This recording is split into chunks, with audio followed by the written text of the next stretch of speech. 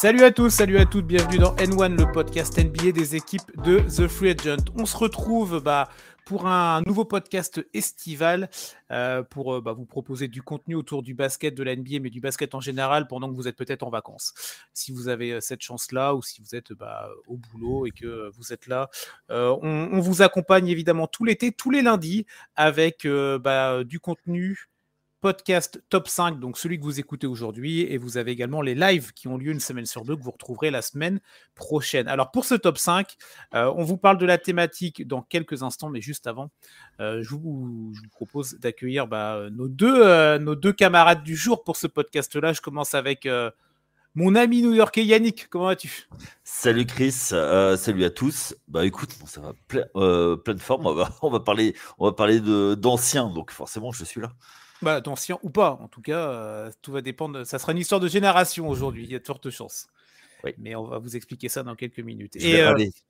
Oui, mais ça, on sait qu'on t'accueille, Yannick, ça va râler de toute façon. C'est aussi pour ça que les gens nous écoutent quand ils savent qu'ils vont avoir du côté très franchouillard avec toi, tu sais. Oui, voilà. Mais oui.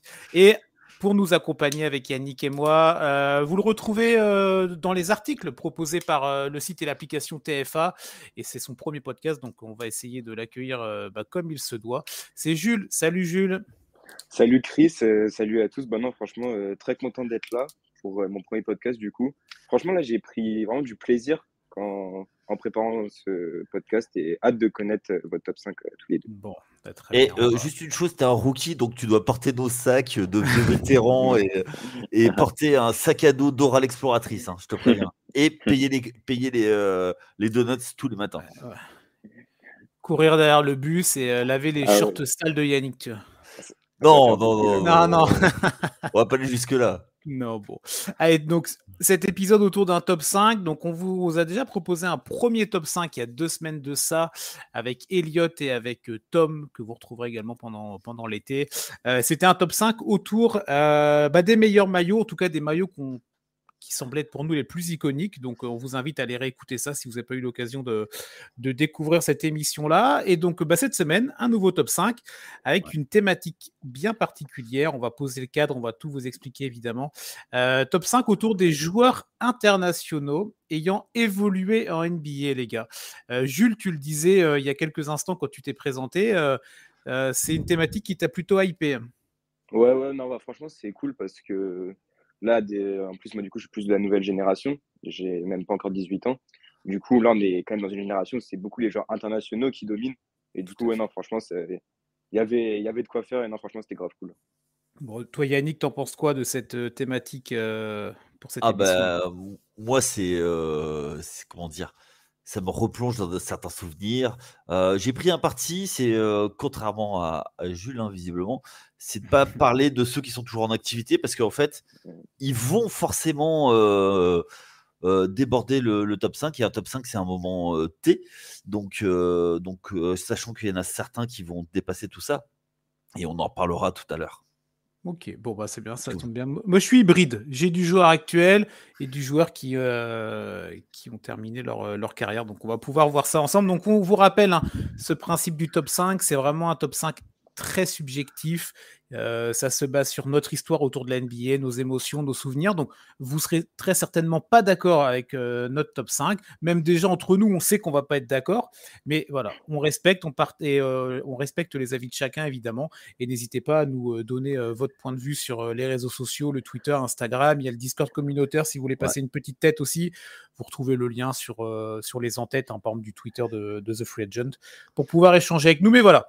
Donc, un top 5 très subjectif autour des joueurs internationaux avec une petite wildcard qu'on va pouvoir donner d'ici quelques minutes. C'est un petit peu le joueur invité là qu'on n'a pas pu placer, mais qu'on avait quand même envie d'évoquer. Donc, on pourra commencer avec ça tout à l'heure, les gars. Et juste après, on va décliner 5, 4, 3, 2, 1, bien entendu. Alors, juste avant, un petit préambule parce que t'en parlais, Jules, c'est vrai que toi, tu es de la génération un petit peu plus récente, en tout cas dans ta façon de consommer l'NBA. Et c'est vrai qu'en allant creuser un petit peu, j'ai noté quelques petits chiffres. Donc là, sur la dernière saison qui avait eu lieu en 2023-2024, il y avait 125 joueurs internationaux. C'était la 3e saison consécutive avec plus de 120 joueurs hors américains et la 10e avec plus de 100 joueurs internationaux. Donc, c'est vrai que par exemple, Yannick, c'est une lame de fond qui prend vraiment depuis maintenant plusieurs années. Ça fait, tu vois, une décennie qu'on a plus de 100 internationaux dans la grande ligue américaine, tu vois. Ouais, moi je le date de la fin des années 90 avec le changement des règles Ok. qui ont vachement favorisé les Européens. Charles Barkley d'ailleurs avait dit la zone ça favorise les tocards, en gros en bon conservateur qu'il est. Et après, je pense que ça correspond aussi à une chose, c'est le système de formation où les Européens, de par notre façon de former les jeunes, on les met très vite avec les pros. Ils ont une façon de travailler très jeune avec les pros et pour gagner du temps de jeu, ils sont obligés de passer par un peu le travail besogneux et le travail de l'ombre, et ce que ne font pas dans leur système les Américains, puisque c'est un système élitiste où en fait ils sont toujours la star. Avant, il y avait la NCAA où ils passaient un an à être sur le banc. Aujourd'hui, ils veulent même plus, ils font même plus ça. Donc, je pense que c'est pour ça que les joueurs européens sont plutôt appréciés. Toi, Jules, quand tu as ce regard un petit peu plus récent de la NBA, même si on en parlait en off, tu as quand même suivi l'histoire de la Ah ligue. oui, Tu vois, oui. tu débarques pas en mode ah bah tiens, il se passait rien avant 2017, je caricature. Oui, Euh, Comment toi tu perçois ça? Est-ce que tu te dis ça reste d'abord une ligue américaine avec, avec des joueurs américains, ou tu te dis c'est vraiment une ligue presque monde, tu vois? Alors bah déjà, pour, rebondir, sur ce que disait Yannick, je suis assez d'accord. C'est-à-dire que la formation en Europe, elle est quand même assez différente. Déjà, il faut savoir que quand on est en NCAA, on n'est même pas professionnel, et que là, si on regarde, par exemple, bon après là, je vais prendre, si on prend l'exemple des Français récemment, Victor Mhm. Wembanyama, Zachary Rizachi et cetera, ils ont été pros, ils ont joué en pro très tôt, en fait, et ça, je pense que vraiment dans la formation, ça compte, que peut-être aussi il y a plus de joueurs du coup NBA ready. Et après, pour ce que tu disais, du coup, sur un peu, on va dire, est-ce que c'est une ligue toujours d'Américains ou de Ligue Monde? En fait, je pense que niveau talent, c'est clairement une Ligue Monde. Là, si on regarde les derniers MVP, Nikola Jokic, bon, Joel Embiid, même s'il s'est fait naturaliser, ça reste quand même un joueur international. Yannis Antetokounmpo, etc. Même Luka Mhm. Doncic. On voit qu'en fait, le talent est vraiment plus international. Par contre, si on regarde vraiment sur le nombre de joueurs, je pense qu'on a quand même toujours un grand nombre de joueurs américains. Mais par contre, sur Oui, le talent, on voit que finalement, c'est ça c'est toujours ouais. ça se rééquilibre clairement en fait. Et ça, je trouve ça c'est bien parce que du coup, on a un jeu différent. Voilà, avant, ils assistent à une nouvelle forme de basket, etc. Je trouve ça hyper intéressant. Ok. Juste pour donner 2-3 chiffres avant vraiment de se lancer, donc on a 40 pays ou territoires différents avec des joueurs qui représentent donc ces pays et territoires. La nation qui a le plus de joueurs, vous savez laquelle c'est, les gars, peut-être? La France, Ouais. Non, ça c'est la Canada, deuxième. Ah, le Canada. Canada. Canada. Au Ouais. Canada, Mm. donc toujours un début de saison 23-24, il y avait 26 joueurs qui venaient du Grand Nord, la canadien. La France est donc deuxième avec 14. 14 joueurs. L'Australie était sur le podium avec 9 joueurs internationaux. Et juste pour terminer avec ce que tu disais, Jules, bah, depuis 2018, donc ça commence à faire maintenant, le MVP revient toujours à un joueur non américain. Ouais, c'est ça. Trois fois Jokic, Yanis et Embiid. Embiid n'était pas encore naturalisé américain, si je dis pas de bêtises, quand il avait obtenu son trophée. Donc voilà pour la Puis là, petit préambule. Ouais, cette année, on avait carrément un top 3 qui oui, était oui, international en fait. C'est que c'est vraiment. Il y a quand même une domination des joueurs internationaux ces dernières années. c'est ça. Bon, alors après, là, on parlait du MVP des très gros noms. C'est pas pour autant qu'on va retrouver ces trois noms Ah non. dans notre classement, parce que on est vraiment sur un top 5 subjectif par rapport, comme on disait, à ce qu'on a pu vivre en termes d'émotions et de sentiments avec l'NBA. On va attaquer, les gars, si vous voulez. On va rentrer dans le Ouais. vif Ah bah ouais, on est avec. là pour ça, hein. Bah oui, mais on pose un petit peu le cadre. Sinon, on va tout de suite sortir les couteaux. Yannick, je sais que tu aimes bien ça, les coups de coude dans la À la jugulaire, mais. Ah bah si, un Eh playground oui. new-yorkais, quoi. Oui, voilà, c'est ça. Mais bon, voilà, on essaie quand même de poser un petit peu les bases. Allez, on va commencer avec notre wildcard. Là, ce joueur un petit peu invité, on ne sait pas trop comment le classer. Du coup, il est au bord du top 5, ou peut-être même pas nécessairement au bord du top 5 pour vous, mais vous vouliez en parler. Et honneur à Jules. Du coup, tu as les Allez. honneurs de commencer ce classement pour ta première. Alors moi, en wildcard, j'ai décidé de mettre Shai Gilgeous-Alexander. Alors c'est clairement une wildcard pour moi parce que quand je fais un top 5 sur les joueurs que j'ai le plus aimé regarder, etc., il n'est pas Mhm. dedans. Mais je voulais quand même mettre une mention là-dessus, car ça fait quand même partie, personnellement pour moi, des joueurs qui m'ont le plus plu à avoir joué, que je trouve le plus plaisant à avoir joué pendant les matchs. Et en plus de ça, j'aimerais aussi faire du coup un peu un parallèle entre du coup Shai Gilgeous-Alexander et le Thunder, où en fait le Thunder, bah, c'est carrément une équipe qui pour moi est une des plus plaisantes à avoir joué en NBA, que ce soit globalement tout ce qu'il y a autour de l'équipe. Et du coup, même si voilà, quand j'ai fait mon top 5, il n'était pas dedans clairement, mais je trouvais ça quand même intéressant de lui donner comme une mention, car c'est un joueur quand même que je trouve très plaisant à avoir joué. Voilà. Okay. Alors, on n'hésite pas, hein, Yannick et tout ça, et Jules, du coup, on peut discuter, débattre de la place des uns et des autres. On respecte toujours le choix de l'un et de l'autre, mais on peut Oui. en parler un petit peu. Donc, bah, tout de suite, Jules pose les bases, Yannick, avec un jeune joueur, Shai Gilgeous-Alexander, canadien, Ouais. en wildcard. Ouais, canadien. Alors moi, j'entends complètement. Alors après, comme j'ai dit en préambule, moi, les joueurs actuels, le problème, c'est que ils vont chambouler, ils vont chambouler par la suite. Après, pour moi, il y a aussi une chose, c'est que c'est un SGA, c'est un joueur qui a été formé par le système américain. Il a joué à Kentucky. Donc, Ouais. est-ce que c'est tu vois, tu parlais des joueurs canadiens. Il n'y en a pas beaucoup qui sont formés du côté du Canada. Il y en a beaucoup qui viennent, qui ont été formés côté États-Unis en prenant des scholarships et en se développant là-bas. Donc, tu vois, pour moi, c'est ça. Après, le joueur, il est fabuleux. C'est un des meilleurs joueurs de 1 contre 1. Il est clutch. C'est l'incarnation de la franchise du Thunder. Bon, moi, c'est un joueur que j'attends avec impatience de voir comment il va continuer à grandir, parce que pour moi, en fait, ce gars-là, pourquoi on n'a même pas vu peut-être la moitié de son potentiel, et qu'il va continuer à grandir, surtout si on l'équipe avec des joueurs autour. Et il y en a d'autres qui n'ont pas vu la moitié de son potentiel, c'est les Clippers. Hein. Ouais, mais Paul George, quoi, tu vois. Et c'est pas pour rien que Jerry West avait mis dans la balance en disant, bah, si vous tradez SGA pour Paul George, je me barre, et il s'est barré. Oui. Est-ce que honnêtement, il y avait énormément de gens qui avaient prévu que SGA serait aussi fort que ce qu'il est? Ouais, alors est-ce que alors peut-être, mais en tout cas, il y en a. Aussi rapidement, là, tu vois, tu peux rajouter dans ta question aussi vite, parce que aussi fort, bon, mais aussi rapidement, pas certain. Alors moi, je l'avais suivi du côté de Kentucky, parce que c'est une fac que j'apprécie particulièrement. Je savais que c'était un joueur très très fort. Je savais qu'un peu comme Devin Booker, ça ne matchait pas forcément avec le système de Calipari, mais que du coup, il y avait quelque chose. Et être drafté aussi haut, alors qu'il avait fait un one and done et qu'il n'avait pas fait tant de choses que ça, je me suis dit, il y a peut-être un truc à faire. Après, c'est le fait d'être parti des Clippers. Il y avait des joueurs devant lui, donc c'était peut-être bien aussi. Il a été mis dans un contexte pour éclore. Tu vois, du côté des Clippers, il a eu le temps de mûrir. Ok. Ouais. Donc, Shai Gilgeous-Alexander pour ta wildcard. Jules, Yannick, ta wildcard?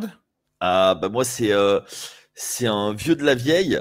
C'était le pionnier, un des tout premiers Européens à aller du côté de la NBA. Il a été drafté au 7e tour à l'époque. C'était Sarunas Marčiulionis. Donc en fait, c'est un des tout premiers Lituaniens qui a profité de la chute du mur de Berlin et du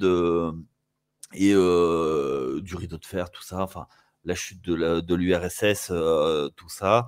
Et lui, il est parti du côté des Warriors. Ça permet de faire un petit coucou à Elliott. Et donc, c'était un des tout premiers américains, non américains, à performer là-bas. Donc, moi, c'était lui. C'est vraiment le pionnier. 12 points en saison rookie quand même, voilà. Et puis après, la campagne, notamment la grosse campagne qu'il avait fait pendant les JO de 92 aussi. Voilà, il y a plein de choses. Voilà. Bon, tu peux médaille de bronze. Juste redonner bien son nom, peut-être tout le monde n'a pas. Sarunas Marčiulionis. Voilà, c'est ça. Parce que c'est vrai que c'est peut-être pas des noms. Alors vous savez qu'avec Yannick, il va nous donner des noms. Je lui ai demandé ce matin de travailler sa prononciation. parce que je savais qu'il allait y avoir beaucoup de joueurs de l'Europe de l'Est, ex-bloc yougoslave, etc., etc. Donc, mais c'est bien. Le Pas premier tant que ça. Pas tant que ça. Non, oui, à peu près 4 sur 5. Alors, pour ma part, du coup, je suis parti sur un Français en wildcard. Ouais, j'ai beaucoup hésité. Et après, je vous poserai la question de comment vous avez pu organiser votre top 5, mais là, c'est la wildcard. Moi, j'ai pris Boris Dio. Boris Dio en wildcard de 2003-2017 en NBA, drafté draft 2003, 21e place. Bon, on va passer. Il y a eu son arrivée à Atlanta. Après, il a connu Phoenix, les heures avec Mike D'Antoni, où ça a quand même plutôt bien fonctionné. Il est très vite rentré dans le 5. Il est devenu MIP lorsqu'il était à Phoenix. Le passage aux Charlotte Bobcats, alors là, je ne veux même pas en parler parce que déjà, Charlotte et Bobcats dans la même phrase, pour moi, c'est compliqué.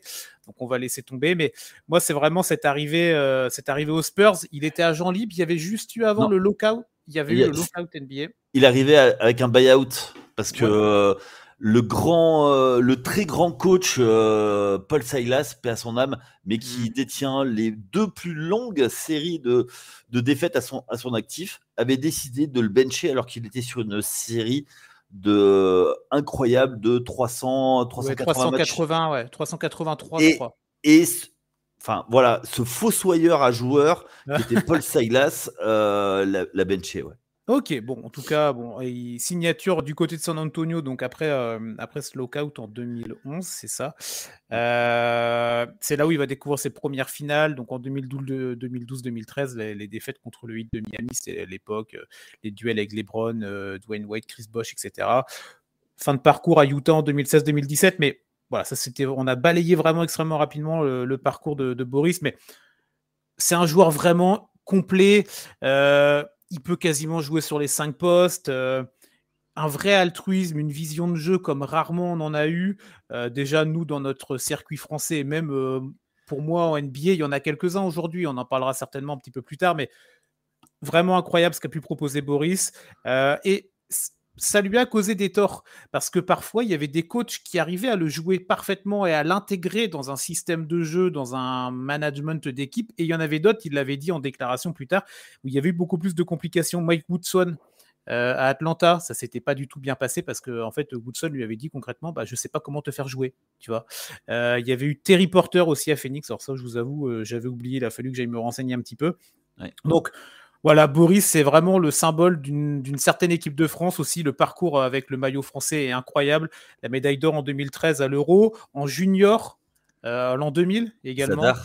Mais ouais, c'est ça. Donc, on n'oublie pas le parcours junior. La médaille d'argent en 2011 à l'Euro, 2 fois le bronze, une fois en Coupe du Monde, une fois au Championnat d'Europe. Voilà, moi, je voulais quand même placer Boris parce que maintenant, il est dans le staff de l'équipe de France. Pour moi, c'est un grand nom du basket français. Je ne pouvais pas le mettre top 5 parce qu'au-dessus, j'ai quand même des mecs qui ont des palmarès costauds. Mais voilà, c'était l'hommage à notre Boris. Vas-y, Yannick, vas-y. Moi, il y a un truc qui résume bien le gars que c'était. Son père était sauteur en hauteur pour le Sénégal et sa mère était internationale de basket France pour la France. Oui.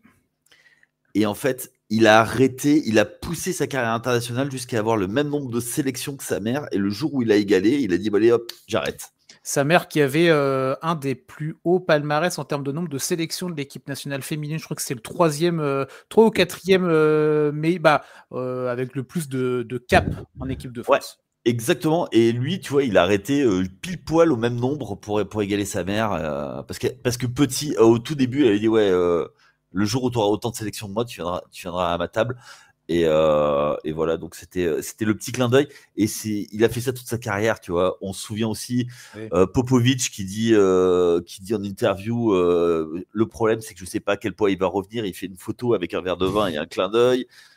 C'est un gars vraiment différent, tu vois. Et la période Spurs lui allait mais tellement bien avec ce côté international.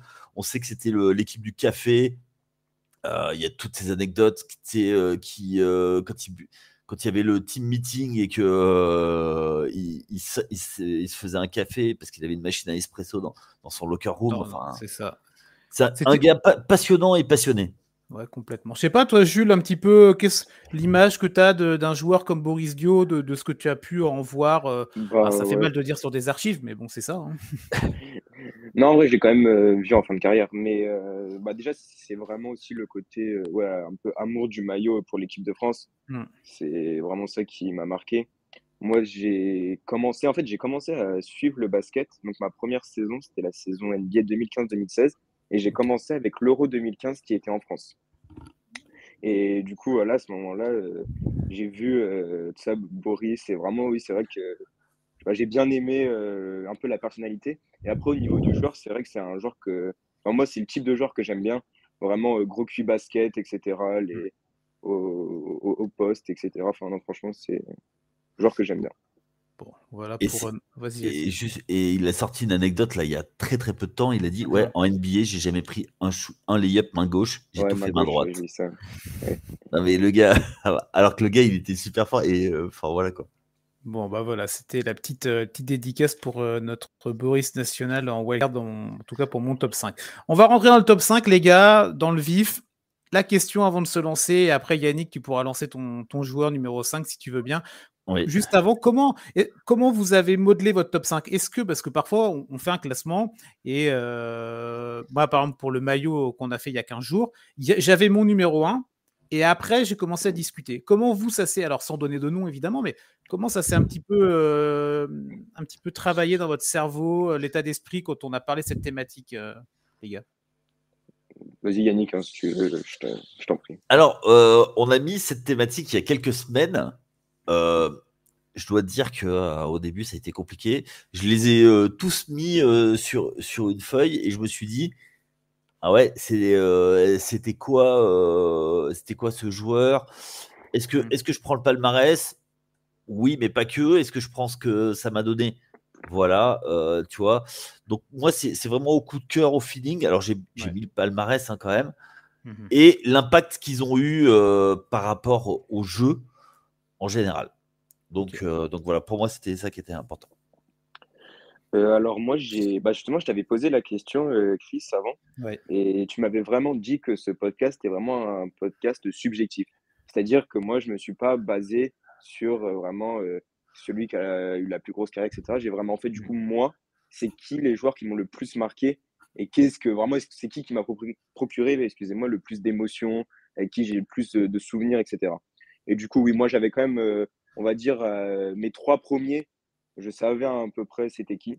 Et Ok. après, ouais, j'ai mis un peu de temps pour avoir le top 5 complet, mais non, globalement, j'avais une idée. Puis moi, du coup, bah, forcément, c'est pas. À part un joueur qui est à la retraite, globalement, c'est des joueurs actuels. Donc, Plutôt en voilà. activité. Ok.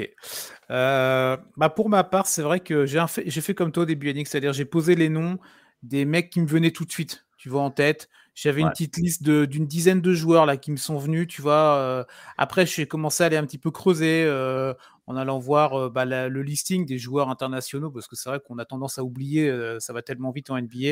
Et il y a deux, trois autres noms qui me sont revenus. Je dis, il va falloir le placer lui aussi, ou lui, comment je vais le mettre, est-ce que je le rentre et tout machin.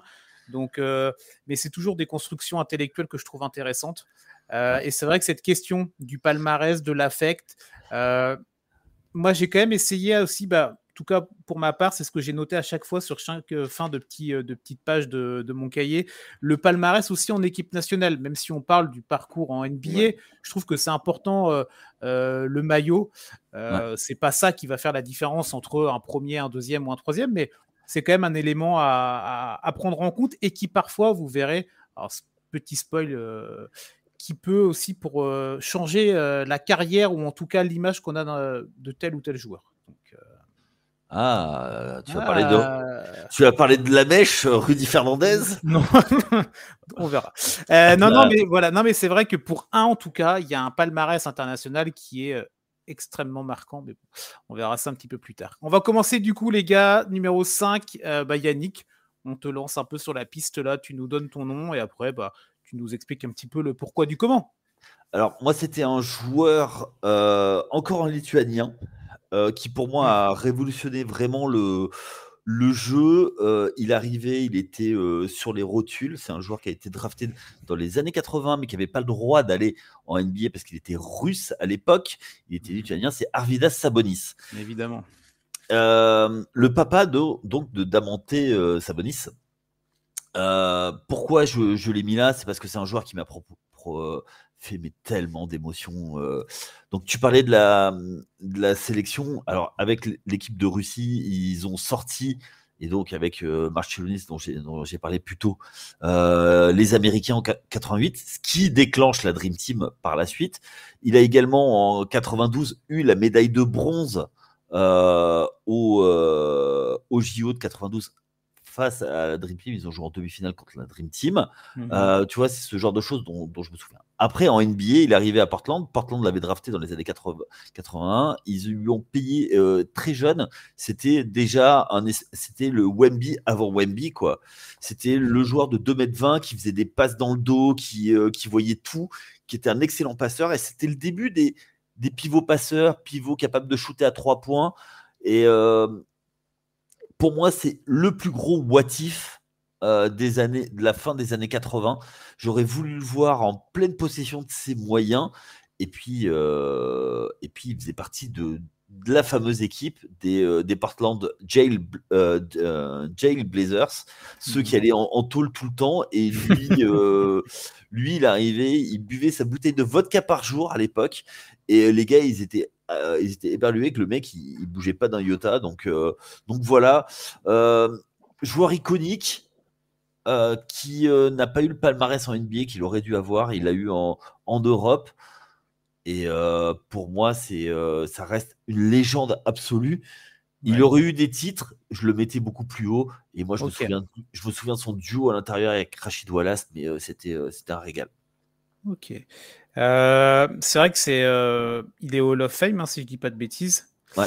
2011, je crois que c'est ça. En tout cas, c'est l'info que j'ai sur mon téléphone.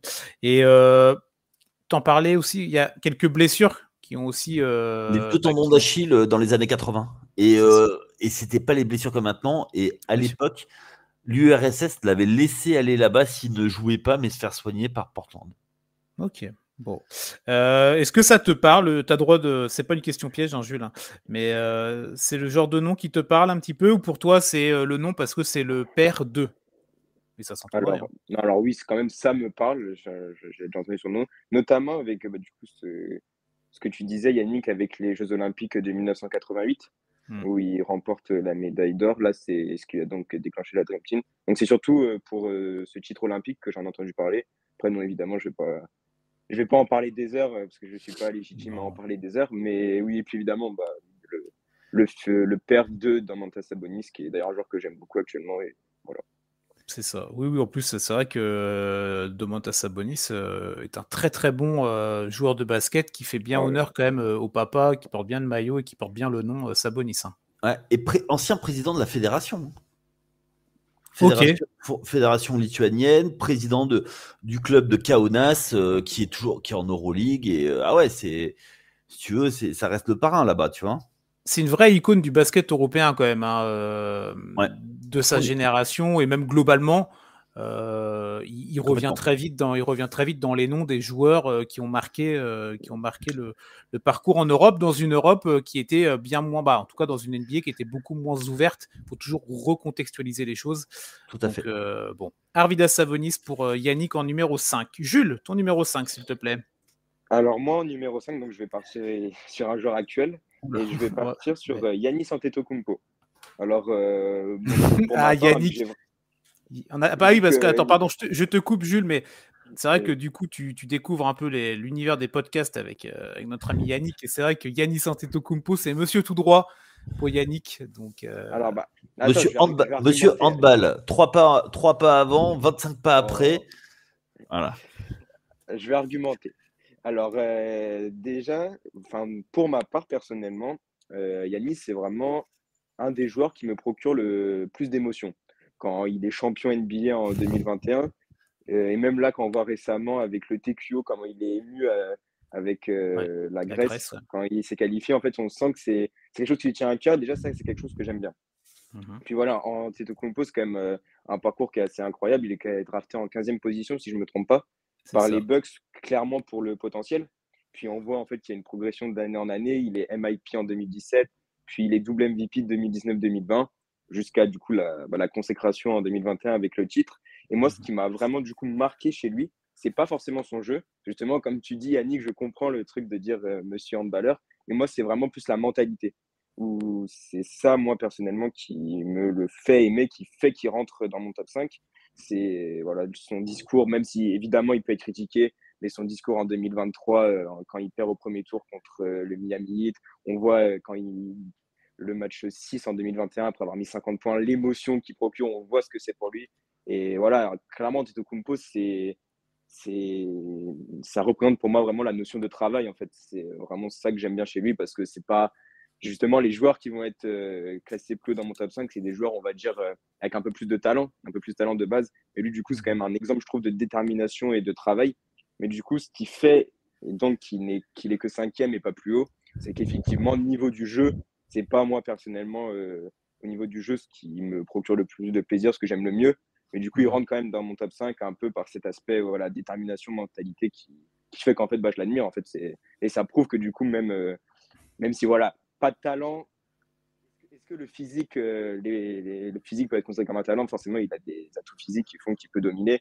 Mais voilà, il a quand même énormément travaillé, ce qui fait qu'il a pu en arriver là. Et ça, je trouve que c'est quand même un bon exemple. Ok. Coup, voilà. Alors, Yannick, Oui. ronge ton frein. Tu pourras donner ton avis sur Giannis Antetokounmpo tout à l'heure. Non, mais je le. Non, mais voilà, il va falloir que tu attendes quelques minutes.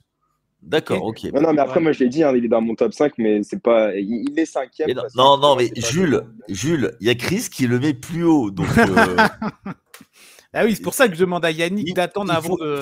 Il faut que tu comprennes. Voilà. Mais, mais après, tu sais, c'est les goûts et les couleurs. Donc là, on est sur les goûts et les couleurs. Je respecte complètement. Non, mais évidemment, on se taquine gentiment.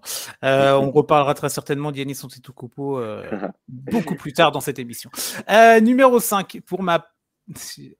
C'est dommage que vous soyez en podcast, messieurs, dames, parce que vous devriez voir la tête de Yannick quand je viens de dire qu'on en reparlerait beaucoup plus tard. C'était mythique. Elle est numéro 5 en attendant. Alors, tout à l'heure, moi, je vous parlais de Boris Dio en wildcard et parlais du parcours de l'équipe de France, vous savez.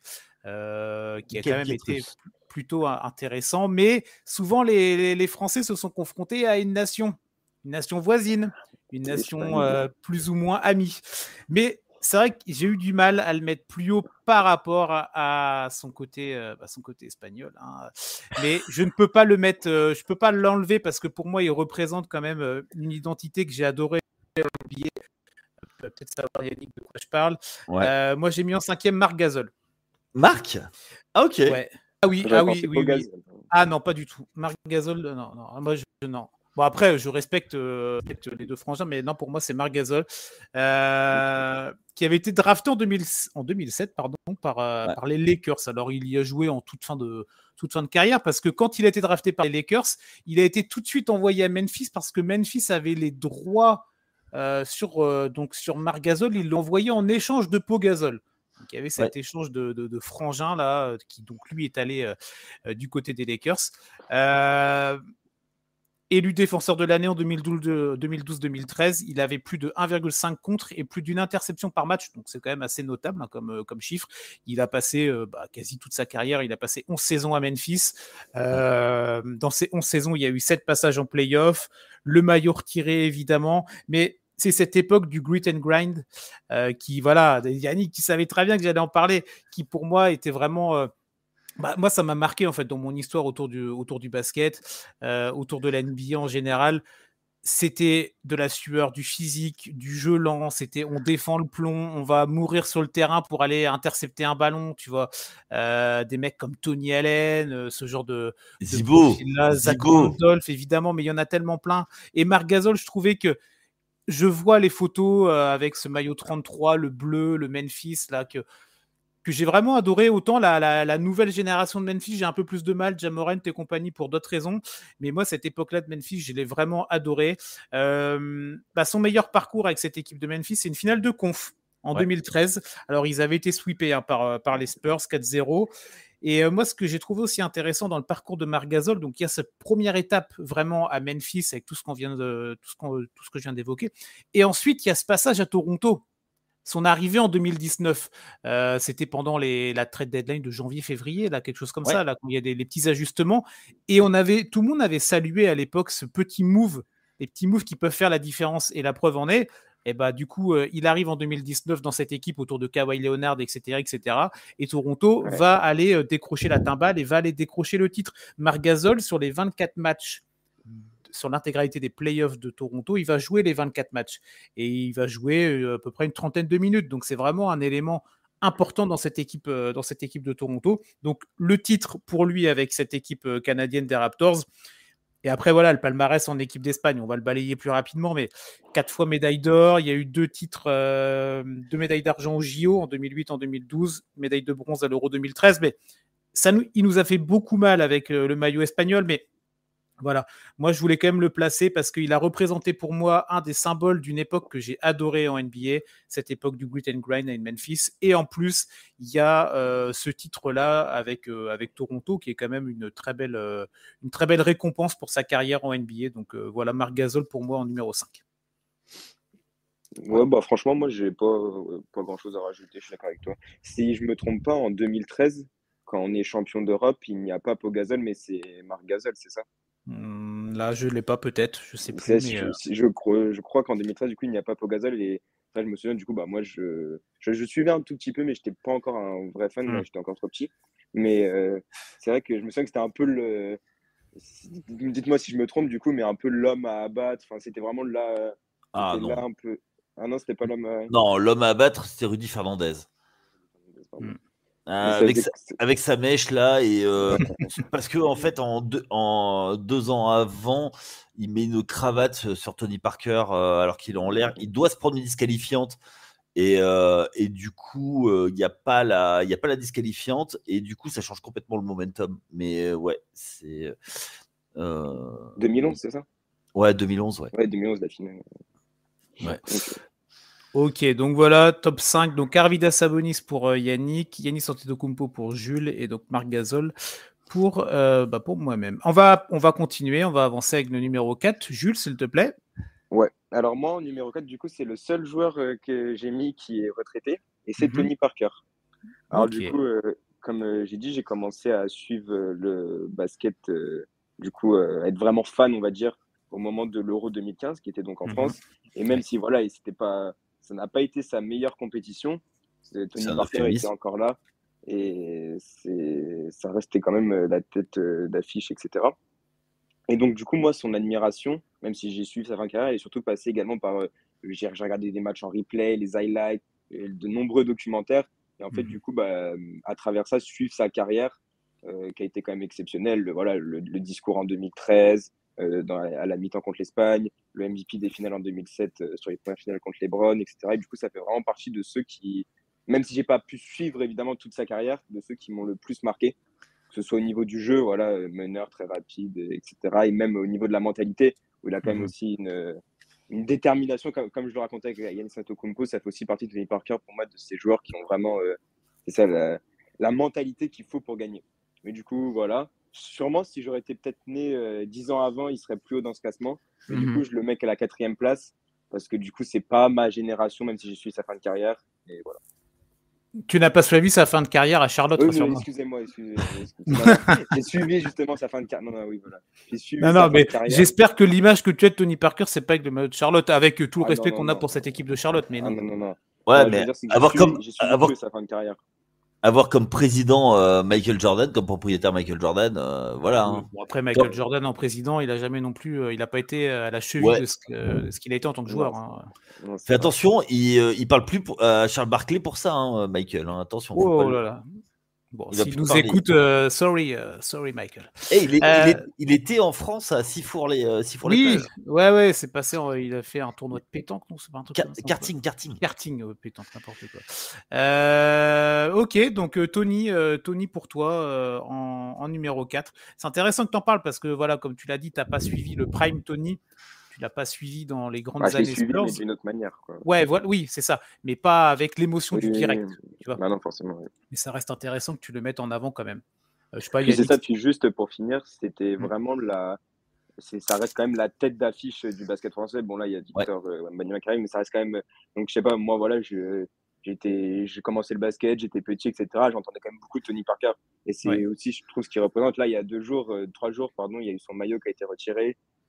Enfin, voilà, ça On représente va quand même pas, quelque chose pour le on va basket pas en français. parler de ça. Et les Ah mecs, ouais? ils ont quand même réussi à faire une faute d'orthographe sur le maillot, tu vois. Sur sélection, il y a 2 accents aigus quand même, les gars.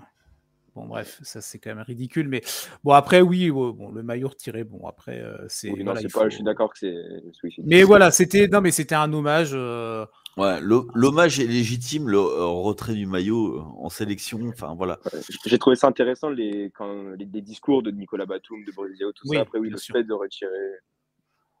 Ouais, le c'est ça. discours. C'est On ça. t'invite à écouter, si tu as l'occasion, et même pour vous, les discours aussi du retrait de maillot à San Antonio. Il y a du Ouais, Greg bah oui. Popovich, il y a du Duncan, du Manu Ginobili, du Robinson aussi, si je ne m'abuse. Ouais. Et c'est vraiment assez émouvant à voir comme moment. Yannick, tu veux faire un petit point sur Tony ou tu veux qu'on enchaîne sur ton quatrième? Plus tard. Allez, très bien, bah, ça tombe bien. Pour moi aussi, ce sera plus tard. Numéro 4, Yannick, s'il te plaît. C'est un Tony, mais c'est pas Tony Parker en numéro 4, c'est Tony Kukoc. Ok.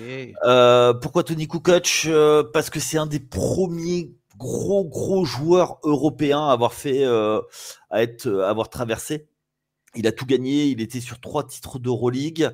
En 93, il perd une finale contre une ville qui m'est chère, puisque il perd en finale avec le Benetton Trévise contre Limoges. La ville d'où je viens, je me souviens de la fête que c'était. Et après, moi, je le vois arriver en NBA où je me dis, il va tout casser. Et c'est là où, en fait, on voit qu'il y a à l'époque, il y avait un monde entre la NBA où il se retrouve en sixième homme à peu près dans une équipe. Et surtout, il deviendra surtout avec le retour de Michael Jordan, le joueur qui amènera du scoring sur le banc et un peu plus que ça. Sa période Bulls, c'est magnifique. C'était un sacré joueur, c'est une papa de gauche. On se souvient que Phil Jackson en 94 n'a pas hésité à lui donner la balle pour le dernier shoot, ce qui a provoqué la bouderie de Scottie Pippen. Voilà, donc c'était un joueur qui était clutch, qui n'a jamais hésité à prendre ses responsabilités. Et après, ça aurait été un joueur, comment dire, lambda dans d'autres équipes, où il sera ballotté, où il sera un journeyman, il ira d'équipe en équipe sans marquer. Mais c'est surtout le fait que c'était un des pionniers à aller en Europe et vraiment réussir à avoir un vrai rôle, parce que des joueurs qui étaient au bout du banc, il y en avait, des joueurs qui rentraient sur le terrain, il y en avait beaucoup moins, et des joueurs qui jouaient une trentaine de minutes, il n'y en avait pas du tout. Enfin, si, il y en avait quelques-uns, on va parler d'autres tout à l'heure, mais voilà, c'était ça, et puis une élégance rare, un joueur qui était fluide en Europe. C'était un meneur quand même en Europe de 2,5 m. C'était rare. Il est arrivé en NBA, il a switché, ils lui ont fait prendre du poids et il a joué 3, il a joué 4, plus 4 d'ailleurs, à la fin de sa carrière. C'est ça. Il était un des joueurs la deuxième partie du three-peat des Bulls. Époque Michael Jordan, évidemment. Donc un joueur qui a marqué de son empreinte, son passage. Hall of Fame en 2021. Hall of Fame de la FIBA aussi, parce qu'il a un vrai parcours en Europe. Il a 3 fois MVP de l'Euroleague dans le Final Four. Donc un vrai palmarès en tant qu'Européen. Avec Split qui dominait l'Europe de la tête et des épaules, et coaché par Bozidar Maljkovic, pour ceux qui connaissent, meneur Duško Ivanović, enfin voilà, c'était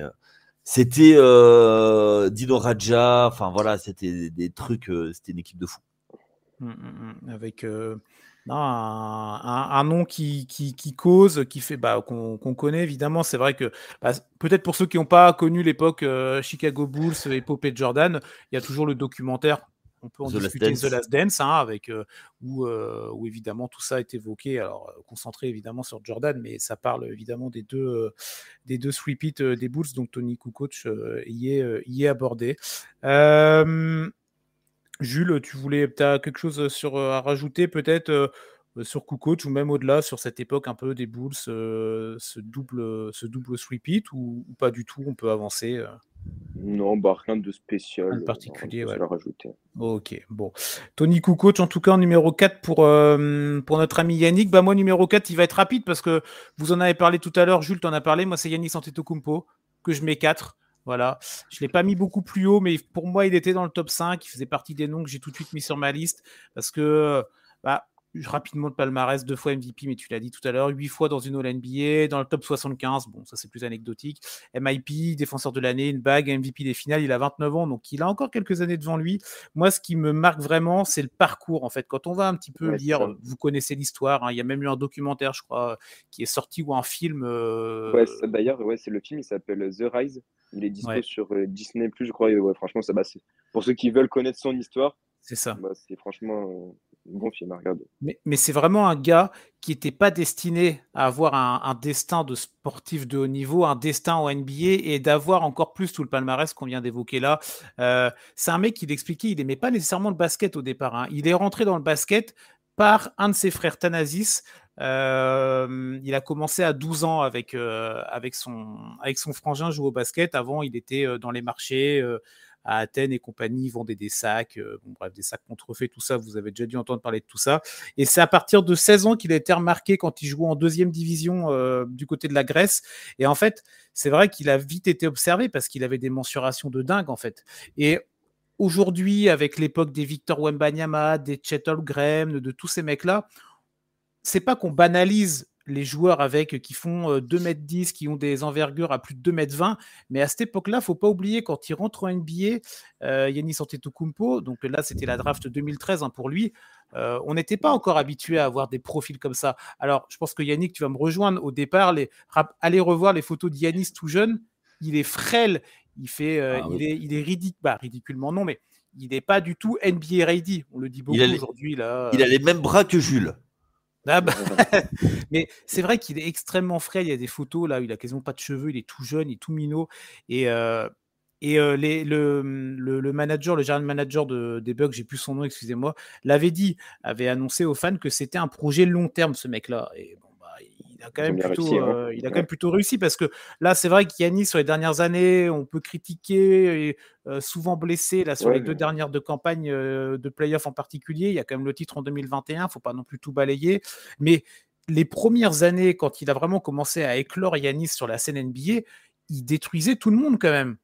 Alors après, on aime ou on n'aime pas le style de jeu, mais il avait quand même, il a vraiment marqué de son impact cette période-là, toujours fidèle au maillot des Bucks. Moi, c'est quelque chose qui compte aussi.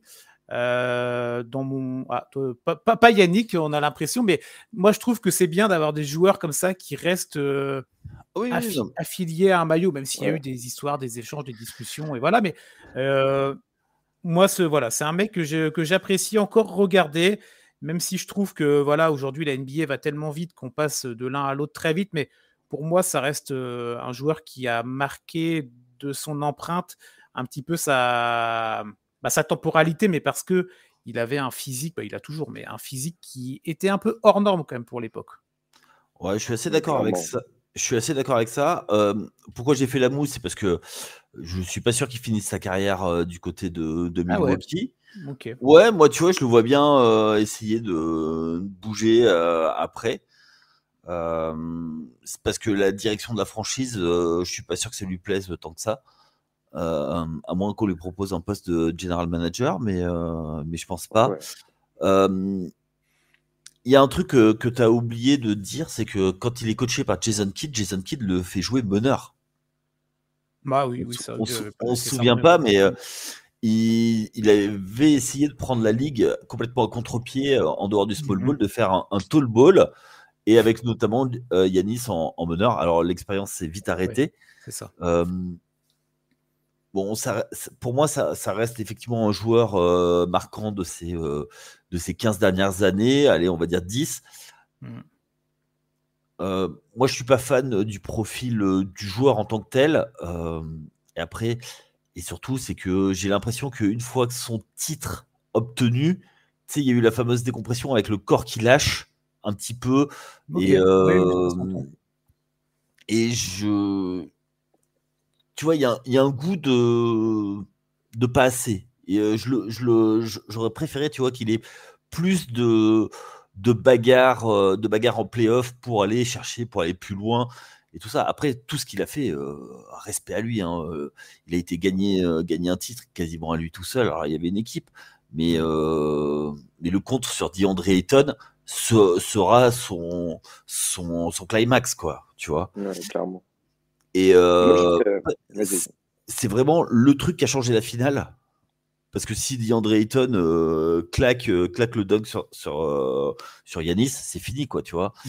Et voilà, donc après, oui, moi, je pense que on verra vraiment, une fois que sa carrière sera finie, où on le mettra. Et je pense qu'il il bougera des lignes. Clairement, il y en a d'autres qui bougeront des lignes. On va en parler tout à l'heure, mais ouais. Ok. Moi, j'avais juste pour rebondir sur ce que tu disais, Yannick, tu trouves que le front office, enfin de Milwaukee, ils vont pas trop. Enfin, tu penses que Yannis n'est pas fan de la façon dont la vision du front office des Bucks? C'est pas ça, c'est qu'au bout d'un moment, il va falloir gagner parce que tu vois, Ouais, je vois ce que tu veux dire, mais ils ont voulu aller dans son sens. ouais, c'est ça. Tu veux qu'il y ait comme coach Adrian Griffin? Ouais, voilà. Ouais, c'est ça. Et, C'est vrai. et donc, du coup, Ouais, je tu suis vois, d'accord. enfin, je sais pas, dans ce cas-là, tu prends. Enfin, si c'est pour le changer au bout de 2 mois, tu prends le chauffeur du bus, quoi. Tu vois? Ouais, non, je suis d'accord avec Oui. toi. Non, c'est ça. Et Parce que moi, c'est dans le sens. c'était Et après, le trade pour faire venir Damian Lillard. ouais, catastrophique. Alors, moi, c'est un joueur que j'adore, hein, Damian Lillard. Est-ce que c'est fitable? Je sais pas. Et quel joueur est Yanis compatible? Parce que le truc, c'est que Drew Holiday. Ah, mais ils Il est l'ont parti chez. Ouais, voilà, exactement. C'est pour ça que je te Hmm. dis que le trade, c'est pas bon pour moi. En fait. C'est qu'en fait, là, pour moi, le front office, ils sont vraiment allés dans le sens de Yanis, c'est la star.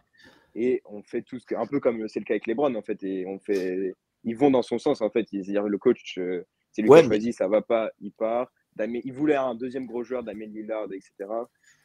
ouais, mais Je sais pas si c'est la bonne solution, ça, en fait, les, de équi- laisser oh, trop.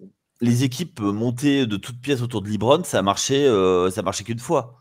Bah, c'est ça. C'est pour ça, pour moi, ça marche. Pour moi, là, Ça Yannis marche. Antetokounmpo, il se trompe, en fait. Hein. Ouais. Donc pour moi, c'est à voir. Allez, Bon. on enchaîne.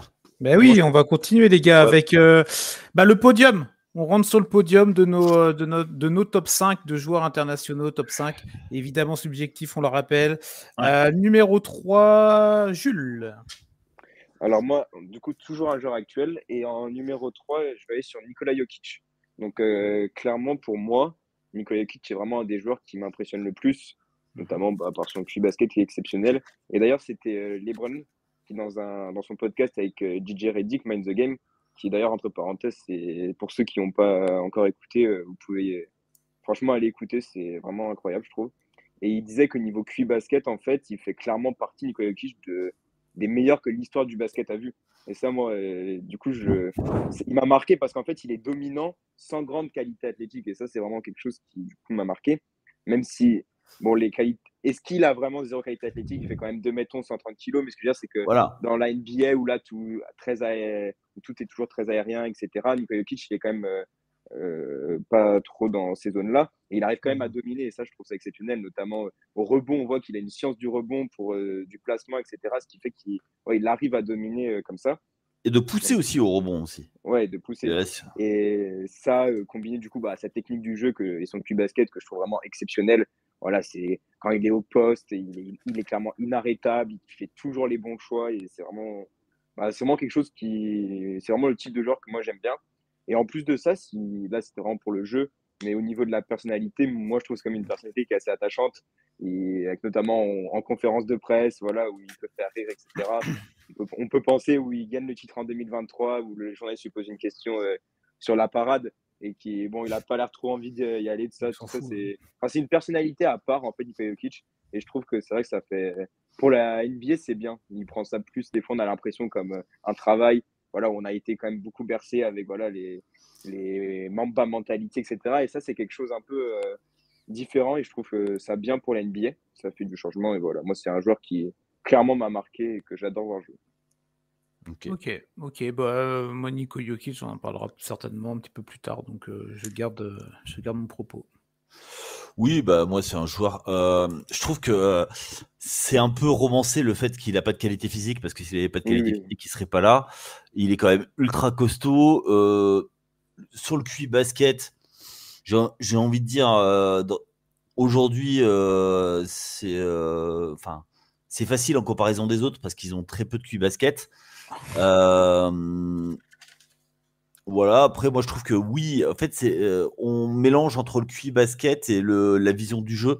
Oui, il a une bonne vision du jeu, mais il a surtout des très bons coéquipiers. Il aurait que des poulets sans tête, je pense que ce serait beaucoup plus compliqué. Forcément, le basket, c'est un sport collectif. Mais après, tu vois, par exemple, si on prenait le cas d'Aaron Gordon, quand même, il a vachement changé. C'est pas devenu le même joueur quand il est passé d'Orlando à. Ah, mais il était à Orlando. Le bonheur, c'était Markel Fultz, quoi. Ouais, je sais, mais en attendant, il joue avec Jokic aussi, ça devient un bon joueur. Quoi. Avant Gordon, on le voyait que comme un dunker, tu vois, de tourner. 2016, et après, il est devenu un des joueurs majeurs de l'équipe qui a remporté le titre avec une défense, un côté défensif énorme, tu vois. Donc, là où je suis d'accord avec Jules, c'est que c'est un playmaker. C'est en fait, voilà, exceptionnel. On va peut-être pas aller jusque là, mais c'est ce qu'on attend maintenant des joueurs modernes. Et en fait, il est dans l'air du temps. Voilà. Parce que même si, en fait, dans une équipe, tu as besoin de tout, et tu as besoin notamment de playmaker, tu n'as pas forcément besoin. Et si en plus tu rajoutes le fait qu'il est adroit, et par contre, il défend pas un brin. Donc, bon, oui, sur l'aspect défensif, il y a moins de louanges à lui donner. C'est vrai. Je prends la place, tiens, pour mon troisième, et on te laissera juste après, si tu veux bien, Yannick. Numéro 3, c'est le joueur dont je parlais tout à l'heure, où il y a une médaille internationale qui est vraiment énorme. Je trouve alors, ça n'a pas marqué sa carrière, mais ça a vraiment été quelque chose qu'on... Il y a des joueurs où les médailles internationales, elles comptent, elles font partie du palmarès, mais là, c'est vraiment quelque chose d'incroyable. Médaille d'or au JO 2004 à Athènes. Avec le maillot argentin, Emmanuel Ginobili, du coup, pour moi. Numéro 3 de ce top 5. J'avais oublié que lors de sa draft, donc il avait été drafté en 99 par les Spurs, il était drafté 57e, c'est-à-dire qu'il était drafté avant-dernier du second tour. Ouais. Non, mais moi j'avais zappé ça parce que je me dis, bon, je vais aller regarder tout ça. Je savais que c'était du second tour, mais pas que c'était aussi bas. J'avais zappé cette information-là. Membre du Hall of Fame, 4 fois champion NBA, 6e homme de l'année, le maillot numéro 20 iconique de cette équipe des Spurs, membre du Big Three avec Tony Parker et Tim Duncan. Il arrive à San Antonio en 2002-2003. 2002. Oui, c'est ça. J'avais une erreur sur ma fiche, donc j'ai pas voulu dire de bêtises. En 2002, il avait d'abord... Ouais, vas-y. Champion dès sa première année. C'est ça. Et il y avait avant ça un gros parcours en Europe quand même. Virtus Bologne. C'est ça. Il jouait à Bologne. Il avait fait le triplé même en 2001. Il y avait le championnat, il y avait la coupe et il y avait l'Euroleague. Donc encore une fois, un joueur qui avait fait ses marques en Europe et qui ensuite est arrivé sur le circuit de la NBA. 16 saisons avec le maillot des Spurs. Les chiffres, les statistiques, à la limite, à ce niveau-là, maintenant, ça ne m'intéresse plus vraiment, même s'il y a des perfs, évidemment. Mais c'est ce jeu, en fait, vraiment atypique. Un jeu flamboyant, un génie du basket, capable de tout, capable aussi des fois tu te dis mais non, qu'est-ce que tu fais Manu et tout, mais capable de gestes totalement incroyables. Il y a une sorte, moi j'ai toujours trouvé qu'il y avait une forme de poésie dans son jeu et dans la manière dont il pouvait parfois, en fait des fois, ouais, dans son génie, il y avait, tu regardais Ginobili rentrer, ce rôle de 6e homme lui allait tellement à merveille. C'était pour moi, c'était la plus belle époque des Spurs. C'était l'époque du Beautiful Game, là, en 2014, avec cette magnifique équipe de San Antonio. Donc, à partir du moment où moi je parle d'un joueur comme étant un génie du basket, bon, je pense que j'ai plus trop de qualificatifs à donner sur ce mec-là. Cette médaille d'or en 2004, pardon, avec l'Argentine, qui est vraiment une vraie représentation. C'est vraiment en Argentine, on sait que le sport, ça a vraiment une vraie valeur, c'est une vraie importance. Le maillot, c'est extrêmement important et c'était une vraie consécration. Le bronze en 2008, hein. Ça n'a pas été qu'un one-shot, ils ont été sur le podium aux Olympiades suivantes. Il a été MVP, MVP du tournoi olympique en 2004. Donc voilà, moi c'est pour marquer toute sa carrière, marquer cette époque des Spurs que j'ai adoré, on en parlera tout à l'heure aussi.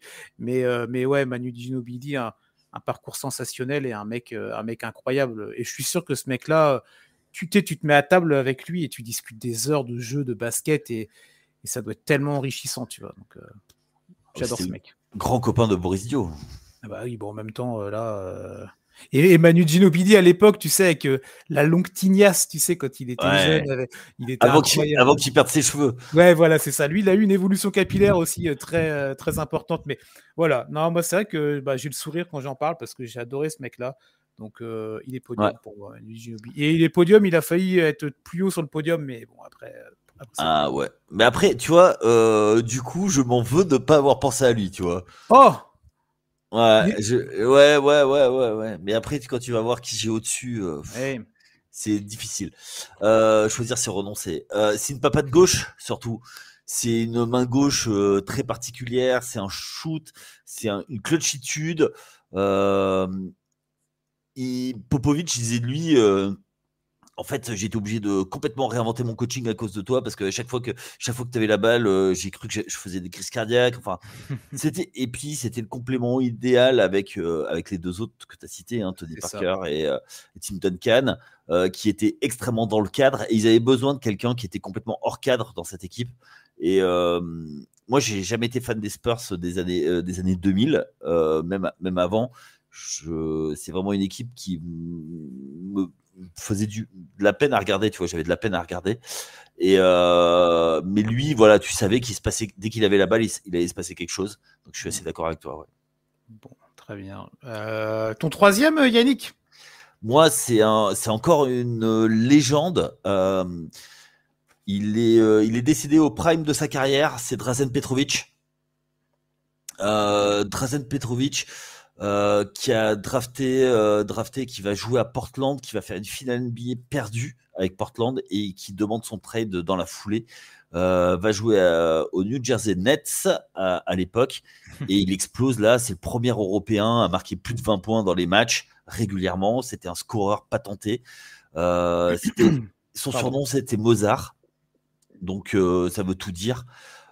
C'était le premier joueur qui allait voir son meneur en disant vas-y donne-moi la balle, je me fais Jordan ce soir, et il se le faisait. Il n'hésitait pas à shooter sur Jordan, et puis voilà quoi. C'était, pour moi, je ne pouvais pas passer ce top 5 sans parler de lui. Grande injustice pour moi qu'il ne fasse pas le All-Star 93. Non, 92, je sais plus parce que je crois qu'il décède en 93. Donc c'est qu'il fasse pas le All-Star, que ce soit pas le premier Européen qui fasse un All-Star, parce qu'il a été formé en Europe et qu'il y avait, je parle souvent du protectionnisme américain, mais un joueur mais d'une élégance rare, un shoot mais magnifique. Et on parlait de Q-basket, voilà, là il y a pas à dire. Et ce joueur était magnifique, un Croate. Et on parlait de choses. Le basket yougoslave, parce qu'à l'époque, la Yougoslavie était ensemble. S'ils avaient pu aller toute leur carrière ensemble, ils auraient pu menacer la Dream Team à terme. C'était quelque chose. Oui. Malheureusement, la guerre en Yougoslavie a éclaté. Et d'ailleurs, je vous invite à aller voir les documentaires ESPN 30 for 30 avec Vladi Divac qui va à la trace, qui revient sur les traces pour aller parce qu'en fait c'était les deux qui étaient en NBA en même temps, un Serbe, Vladi Divac, un Croate, Drazen Petrovic, et comment les relations sont tendues entre les deux après le titre de 90. Voilà. Il y a 3 médailles olympiques, hein, donc 2 avec sous bannière yougoslave, 88, médaille d'argent, médaille de bronze en 84, donc j'aurais dû commencer par 84, et après avec la Croatie en 92, la médaille d'argent également, dont Drazen Petrovic, hein, pour juste aller dans l'info que tu disais tout à l'heure, donc qui est décédé à l'été 93. Ouais, c'est ça. Sur un accident de voiture à l'âge de 28 ans pour Drazen Petrovic, mais oui. Pareil, encore un joueur qui est classé au Hall of Fame du basketball, évidemment, avec du coup une carrière trop courte de par cette disparition. Il aura joué 5 saisons en NBA, 2 ans donc à Portland et 3 saisons du côté des Nets. Ouais. Et puis à 17 ans, il faisait la pluie et le beau temps. Un peu, c'était un Luka Doncic avant l'heure, quoi, tu vois. À 17 ans, il était au sommet de l'Europe, tu vois, il était inarrêtable. Il jouait à Zadar de mémoire. Donc, regardez ça. Oui, ça jouait au Real, ça jouait Zagreb. Oui, voilà, c'est ça. Et il perd 2 finales de Coupe Corach contre Limoges. Ça voilà, le petit côté cocorico là qui parle. Exactement. On va enchaîner, les gars. On va rentrer dans du lourd là avec nos 2 premiers. Jules, si tu veux bien te lancer sur ton deuxième joueur international, celui qui t'a le plus marqué ou qui te marque le plus. Alors moi, là, du coup, je rappelle quand même que c'est un classement très subjectif. Que c'est pas un classement. Alors moi, en privé, il était venu me parler d'un mec. Alors, si tu l'as pas classé deuxième, je sais qu'il est. Anthony Bennett. Non, c'est pas lui, je te rassure. Lui, je l'ai même pas mis dans mon top 5 au final. Tu m'as rassuré parce que si tu l'avais pas mis en 2 et qu'il était en 1, mais bon. Non, mais on a dit qu'on respectait les classements. Non. Du coup, moi, en deuxième, je vais partir sur Victor Wembanyama, qui sera du coup probablement premier dans quelques années, puisque du coup, moi, je suis de la jeune génération. Ça fait vraiment partie de ceux que je suis clairement depuis le tout début. Et en fait, j'ai vraiment une attache particulière pour ce joueur qui est du coup un grand talent français. On va pas refaire sa carrière, mais du coup, j'ai vraiment pris un plaisir fou à suivre son ascension, l'éclosion à Nanterre. On se rappelle de la Coupe du Monde du 19, le duel face à Chet Holmgren. Son passage, un peu compliqué à l'Asvel à cause des blessures, mais il a quand même. Le mec avait 17 ans, il mettait quand même des points en Euroleague, etc. Et évidemment marqué par cette domination au Metz 92 avant la NBA, avec évidemment l'apothéose qui est le soir de la draft, avec quand même beaucoup d'émotions. Je me rappelle là quand il est dans le canapé avec ses frères et sœurs, etc. Enfin, c'était quand même beaucoup d'émotions. Plus du coup, sa première saison rookie qui est quand même incroyable. Deuxième au classement de défenseur de l'année, rookie de l'année, etc. Et voilà, moi, c'est vraiment un des joueurs, quand je dis de ceux qui m'a le plus marqué, parce que je le suis depuis tellement longtemps. Quand j'ai suivi le basket, il était encore jeune, mais voilà, mes premières années de basket sont avec lui. Et voilà, je suis impressionné que ce soit au niveau du jeu, où vraiment, j'ai clairement des étoiles dans les yeux dès qu'il a la balle, dès qu'il fait quelque chose. Enfin, je trouve, je sais pas, je ressens un truc particulier, même au niveau de la mentalité, je trouve que c'est quand même quelqu'un d'assez inspirant. Pour ceux qui n'ont jamais écouté d'interview ou regardé d'interview de Victor Wembanyama, c'est quand même, il a une façon de voir les choses, etc., que je trouve quand même vraiment très inspirant. Et du coup, voilà, il est de 2004, moi je suis de 2006, donc j'ai vraiment grandi en regardant son début de carrière. Et j'espère que normalement, si tout se passe bien, ce n'est que le début et il va avoir une carrière grandiose. Et c'est ça, moi, ça va être surtout. Je me rappelle, Chris, quand j'avais écouté le podcast sur les maillots, tu m'avais parlé des maillots de Noël. Et tu avais parlé des maillots de Noël et tu avais dit qu'en fait, ça te rappelait aussi, aussi tes moments en famille, etc. Moi, c'est pareil, Victor Wembanyama, ça va me rappeler. J'ai eu la chance avec un ami à moi de voir son dernier match à Roland Garros. Le soir de l'Asra, je me rappelle, je suis resté éveillé, j'ai regardé. Donc, ça, c'est aussi tous ces moments qui, du coup, qui font que je le mets aussi haut. Et qui, normalement, si tout se passe bien, si on refaisait ce classement dans quelques années, il sera numéro 1 pour moi. Voilà. Dis-moi, Jules, t'as regardé en direct la draft alors que t'avais le bac de français à préparer? Le daron qui parle, non. Ouais, ouais. Bon, si les parents de Jules nous écoutent, voilà, nous n'y sommes pour rien. Il y a pas de. Ah non, on se connaissait pas encore. Non, mais voilà, on préfère préciser. C'est intéressant, Yannick. On peut prendre quelques minutes pour parler du cas Victor Wembanyama parce que là, on a vraiment ce choc de génération.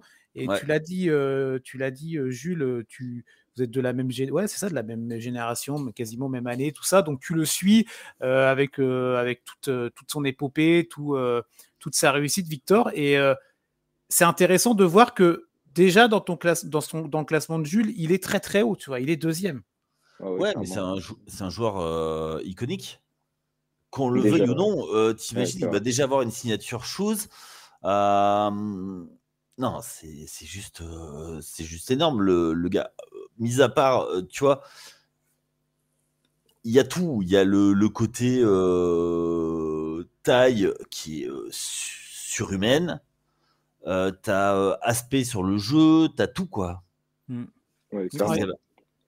Et Il il y n'y a avait pas une phrase, que. vas-y, pardon. Enfin, pour moi, ça se comprend tout à fait. Et son agence sportive, ces agents qui ont mené ça, mais tellement bien, tout est calculé.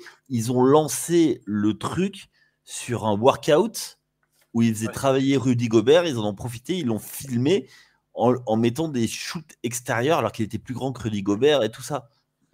Ouais, non, c'est. Bah, vous avez vu la photo qui a tourné là lors de la Ouais. préparation de l'équipe de France avec Rudy qui est sur la pointe des pieds. Ça n'a pas dû lui arriver souvent dans sa carrière d'avoir un mec plus grand que lui, tu vois. C'est fou. Ça, c'est pour l'anecdote. Mais non, c'est vraiment intéressant d'avoir ce cas de figure de Victor dans le classement. Et moi, ce que j'ai beaucoup apprécié dans ce que tu as dit aussi, Jules, tu l'as dit rapidement, mais tu l'as évoqué, donc ça qui compte, c'est sa construction intellectuelle à Victor Wembanyama et les interviews qu'il a, les déclarations. Passionnant. C'est toujours réfléchi. C'est passionnant. Il y avait un doc qui était passé sur Canal. Ça devait être unique, c'est ça. Alors bon, à boire et à manger dans le doc, mais les moments avec où Victor peut parler, famille, ou son entourage, c'est ça, sa famille et tout. Tu sens que c'est une famille qui a vraiment, c'est réfléchi le projet, il a la tête sur les épaules, les parents sont derrière, et lui, tu vois que je me rappelle un moment, il parle qu'il est très fan de tout ce qui est l'univers manga, je crois, ou ce genre de choses, et qu'il décroche en fait du basket pour aller dans ce monde-là. Il est curieux de plein de choses. On n'a pas eu nous l'occasion de pouvoir échanger avec lui encore avec The Free Agent. On espère que ça arrivera, Charles, si tu nous écoutes. Mais je trouve qu'il y a vraiment une vraie construction. C'est un gars, il sait qu'il a du talent physique et il sait qu'il a des attributs physiques que peu d'autres ont, mais il a une vraie tête. Tu vois, tu peux avoir le meilleur corps, d'athlète au monde, si t'as pas la tête, t'arriveras à rien. Et lui, il a les deux, donc ça m'étonne pas qu'il soit. Alors deuxième, j'aurais peut-être pas vu deuxième, mais en tout cas, ça m'étonne pas qu'il soit dans ton classement. Toi. Ouais, c'est intéressant qu'il soit mentionné quand même. Et juste pour finir, une phrase justement qui dit dans le documentaire unique sur Canal que j'ai trouvé hyper intéressante, c'est qu'il disait que sa taille, c'est vraiment un grand avantage pour être pro, mais que c'est hyper dur d'être le meilleur des pros avec sa taille. Et ça, en fait, j'ai trouvé ça hyper intéressant. Ça montre en fait que justement, quand on a sa taille, il y a ici tout l'entretien physique, etc. Et qu'il disait qu'en fait, être pro, ok, mais être le meilleur, qui je pense s'il ambitionne, c'est dur. Et en fait, et on voit que du coup, Victor Wembanyama, si on le projette comme peut-être potentiellement l'un des meilleurs plus tard, c'est parce que clairement, c'est le talent, la tête, etc. Et c'est un tout en fait. Et ouais, moi, je le trouve passionnant, franchement. Ah bah, passionnant, c'est sûr qu'il l'est et qu'il va l'être encore dans les années à venir très très clairement. Yannick, ton numéro 2, s'il te plaît. Alors moi, c'est pas un joueur que j'apprécie forcément, mais que toi, tu vas mettre au moins aussi haut que moi, voire plus haut. C'est Tony Parker. Ok. Que je mets en numéro 2. Pourquoi parce que t'en as parlé, Zadar, le leader de cette génération. C'est le gamin qui, à 16 ans, savait déjà qu'il voulait en NBA. Il passe pro à 17 ans. En France, il est drafté, alors ça se passe pas super bien, ça draft parce que le président de l'époque du Paris Racing, c'était Lou Nicolin qui voulait faire casquer les Spurs. Mais il arrive aux Spurs, au bout de 5 matchs, il est meneur titulaire. Alors au début, il avait un tout petit rôle, son rôle a grandi au fil du temps. Voilà, surtout, c'est 4 titres en 5 finales. C'est un titre de MVP des finales. Et puis, surtout, c'est un signature move qui a fait école en NBA, le teardrop, son espèce de petit flotteur, où, comme il n'avait pas de shoot au début de sa carrière, il était obligé de pénétrer, mais comme il était plus frais, parce qu'il faisait 1m86 de mémoire, 1m80, même pas, il fallait qu'il shoot avec son petit flotteur, et Et donc du coup, voilà, il a créé ça et ça a changé quand même beaucoup de choses à la NBA, le fait d'avoir un meneur un peu scoreur, un peu avec ce tir drop. Donc ça a changé beaucoup de choses. Et puis voilà, la carrière avec les Spurs, le maillot retiré, le Hall of Fame. Que dire de Tony Parker après en équipe nationale, il y a eu beaucoup de déceptions, il y a eu aussi beaucoup de réussites, notamment un titre qui n'était jamais atteint. On va rester sur les réussites, donc plutôt 2 Olympiades et un titre de champion d'Europe en 2013. C'est ça. Oui, on aura tous les 3 Tony Parker dans le classement, mais il n'est ni 4e ni 2e pour moi. D'accord. Mais justement, alors c'est qui ton mon deuxième? numéro, alors ça, j'ai hésité, mais c'est vrai que l'argument du joueur, j'ai changé en fait, j'ai changé pendant qu'on faisait l'émission, tout ça, parce que c'est vraiment très indécis pour moi, mais l'argument du joueur qui a pas encore terminé sa carrière, c'est vrai que ça compte, et peut-être que quand il aura terminé sa carrière, je changerai mon fusil d'épaule. Mais moi, en numéro 2, du coup, ça va rejoindre un petit peu le classement de Jules, j'ai mis Nikola Jokic, moi. Ok. Ouais, j'ai mis Nikola Jokic. Je vais faire court parce que vous en avez parlé, mais déjà il y a l'aspect athlétique, l'aspect physique, mais qui est assez particulier pour ce mec-là, mais c'est peut-être un des meilleurs postes 5 de l'histoire. Ouais, clairement, tout simplement, peut-être même le meilleur poste 5 à la passe de l'histoire. Alors, il y a eu des gros noms, il y a eu des mecs comme Will Chamberlain qui étaient des cadors, mais c'était dans une NBA dans une autre époque. Bill Russell aussi qui était pas déconnant sur cet aspect-là. Un vrai partenaire, un coéquipier, je pense assez fantastique, intelligent avec son univers. C'est rigolo que tu en aies parlé, Jules, sur le côté oui, la parade, les conférences de presse de titre, il s'en fiche complètement. Lui, il voulait juste retourner dans son pays et avec ses chevaux et aller faire de l'équitation. On voit qu'il est dans un autre univers, mais il est tellement fort, il est tellement atypique. Dans une équipe de Denver qui est magnifiée autour de lui, avec un coach, Mike Malone, qui vraiment, faut lui mettre beaucoup de crédit. Les joueurs, on en a parlé un petit peu à Ron Gordon tout à l'heure, mais des mecs comme Jamal Murray, des mecs comme Kentavious Caldwell-Pope et bref, le reste de l'effectif, on n'est pas là pour parler de Denver, mais c'est un sport collectif, tu l'as dit, Jules, et lui, il est vraiment la pierre angulaire de ce jeu-là. Il magnifie l'équipe le magnifie. C'est un joueur que je trouve incroyable. C'est un joueur dont je ne me lasse pas. Tout à l'heure, je parlais de la NBA qui va très vite. Il y a des highlights tous les soirs, il y a des perfs, il y a des stats, il y a des records qui tombent. Et c'est vrai que moi, le matin, quand je regarde les petits résumés ou quand tu as 14 matchs, par exemple, dans la nuit, un des premiers que je vais aller voir, c'est le match de Niko Jokic, c'est le match de Denver. J'ai envie de voir qu'est-ce qu'il va nous sortir, quel passe no look il va nous trouver, quelle intelligence de jeu il va avoir. C'est vraiment un mec incroyable. Alors, on verra la suite de la carrière. Pour l'instant, il y a ce titre avec Denver. Il y a quand même les 3 titres de MVP. Moi, je faisais partie de la team. Moi, je faisais partie de la team de ceux qui voulaient donner le 3e titre consécutif à l'époque à Jokic et ne pas nécessairement le donner à Embiid, même si Embiid avait fait une très belle saison. Pareil. Voilà. Moi, j'aurais pas trouvé ça déconnant qu'il ait le three-peat et donc du coup qu'il ait un 4e titre de MVP. Mais en tout cas, l'histoire ne s'est pas écrite ainsi. Mais voilà, moi, Niko Jokic, c'est vraiment un gars que j'adore suivre. Dans ce qu'il dégage, dans son caractère, dans sa personnalité et évidemment dans son jeu, parce qu'on est là pour regarder, observer du basket. Donc, non, pour moi, il est placé très haut et il sera peut-être amené à aller encore plus haut plus tard, mais il va falloir pour ça cravacher dur, Nicolas. Ouais. Non, franchement, je suis d'accord. Moi, je voulais juste te dire, quand j'avais mis Nikola Jokic, Yannick, tu as dit un truc et j'étais vraiment d'accord avec toi. C'est que l'aspect de dire il n'est pas athlétique, c'est quand même je trouve, il n'a pas le physique, c'est quand même un aspect à nuancer. Dans le sens où il serait pas là, c'est ce que tu disais, Yannick, et tu as raison, c'est quand même je vois beaucoup de gens dire ouais, il a pas, c'est juste pareil. Mais le mec fait quand même 2m11 et 130 kilos, donc ça reste quand même une. Mais je suis d'accord que en fait, il est un peu à part dans le sens où il n'est pas aérien, etc. Mais voilà. C'est juste pour. Alors juste après, Yannick, si tu veux, si tu as 2 mots à dire, juste parce que je les ai donnés pour les autres joueurs, donc je vais le donner aussi pour lui. Médaille d'argent au JO de 2016 avec la Serbie. Au jeu de Rio pour Niko Jokic. On sait que ça va être une grosse équipe pour les Jeux de Paris 2024. Donc, à observer, il y a eu un affrontement il y a quelques jours entre l'équipe de France, c'était un match de préparation, mais entre cette équipe de France et cette équipe de Serbie. Donc, ça va être un des joueurs vedettes à suivre dans la quinzaine olympique et dans les années NBA à venir, bien entendu. Ok. Oui, oui, non, mais c'est un joueur qui est fabuleux. Moi, je pense qu'encore une fois, c'est à la fin de la carrière qu'on on pourra vraiment le quantifier le joueur que c'est. Et, moi, je le mettrais haut. Après, c'est une NBA un peu différente. Je fais partie de ceux qui pensent que c'est un joueur qui est où les règles NBA le favorisent et qu'en Europe, il aurait peut-être pas le même impact. Et donc voilà. Ok, bon. Je me permets d'enchaîner sur mon numéro 1, vu que vous en avez parlé, on en a parlé, comme ça, je pourrais vous laisser la main après, les gars. Surprise, Bah oui, c'est ça.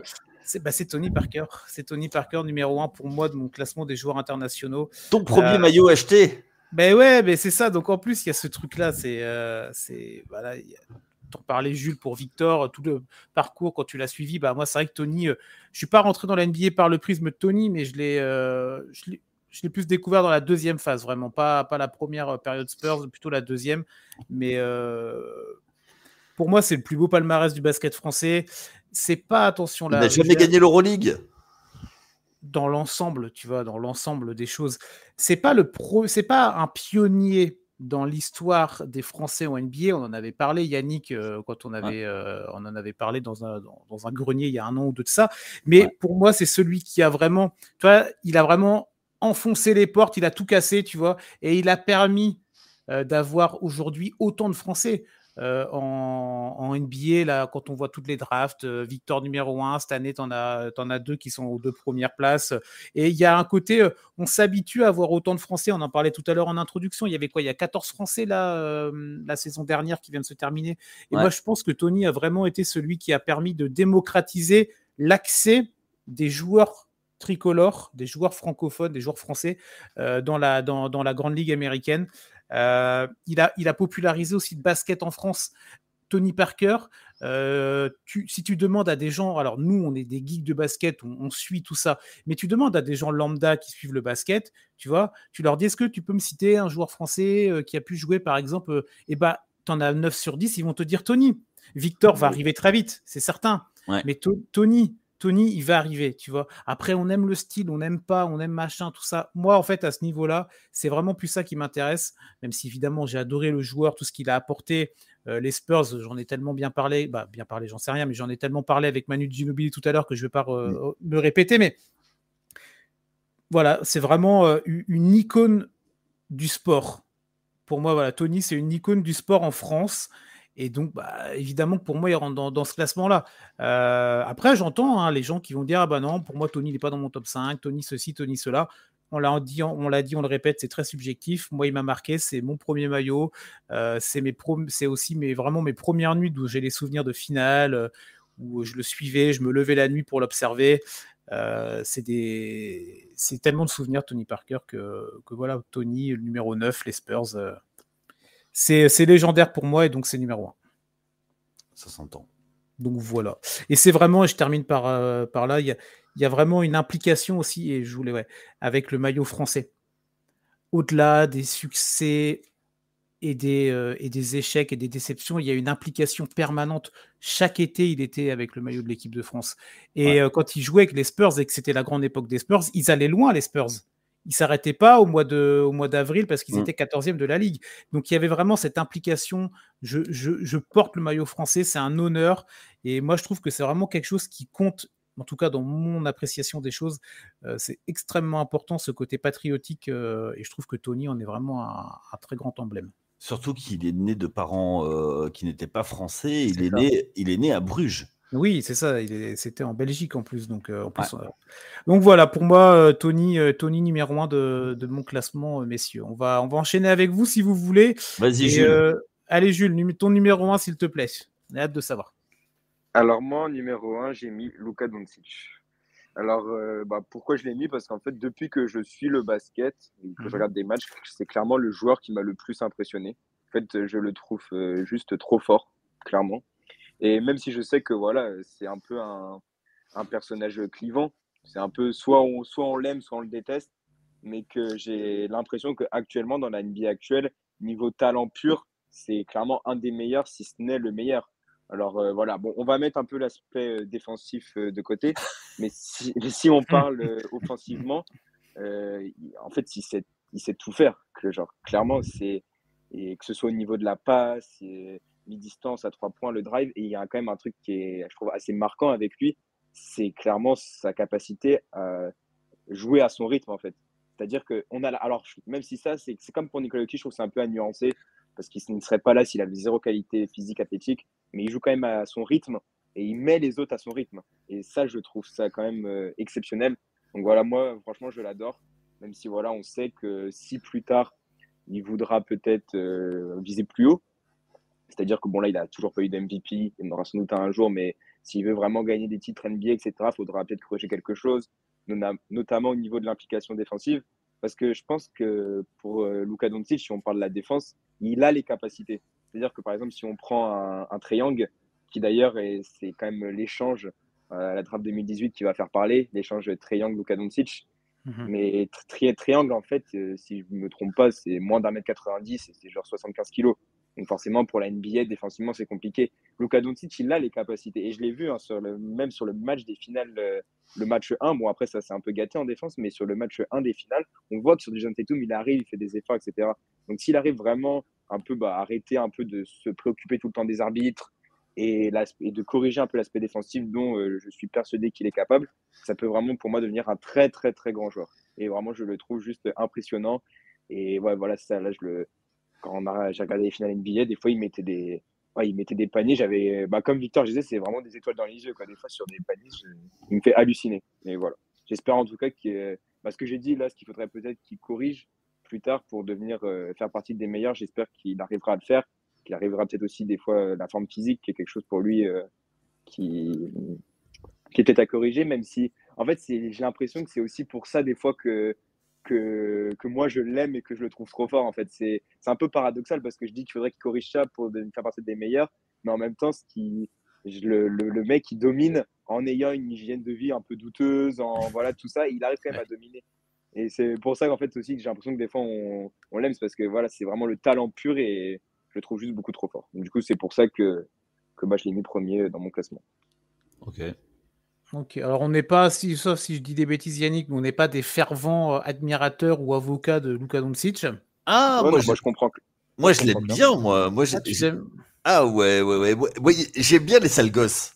Ouais, oui, voilà, vu comme ça, vu comme ça. Ouais, il a un côté sale gosse. À l'excès parfois, quand tu vois les compétitions internationales où il fait tout le temps que chouiner, là, au bout d'un moment, c'est Luka, tais-toi et joue un peu, tu vois. Bah, c'est une fois dans je un comprends. podcast, il y a, je sais plus, j'avais dit il devrait se faire sponsoriser par Kleenex. Oui, mais ça fait partie du Ça jeu. fait partie du personnage. Oui, bien sûr. Sur l'aspect athlétique, je pense que on se rend pas compte, mais je pense que tu te mets à côté de lui, tu verrais la qu'est-ce que c'est.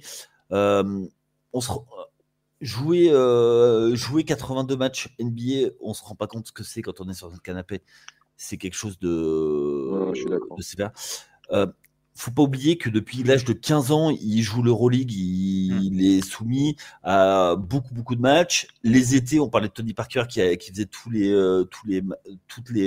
fenêtres internationales. Il les fait. Il y est, il va loin. Cette année, malheureusement, il a été éliminé, mais il va loin.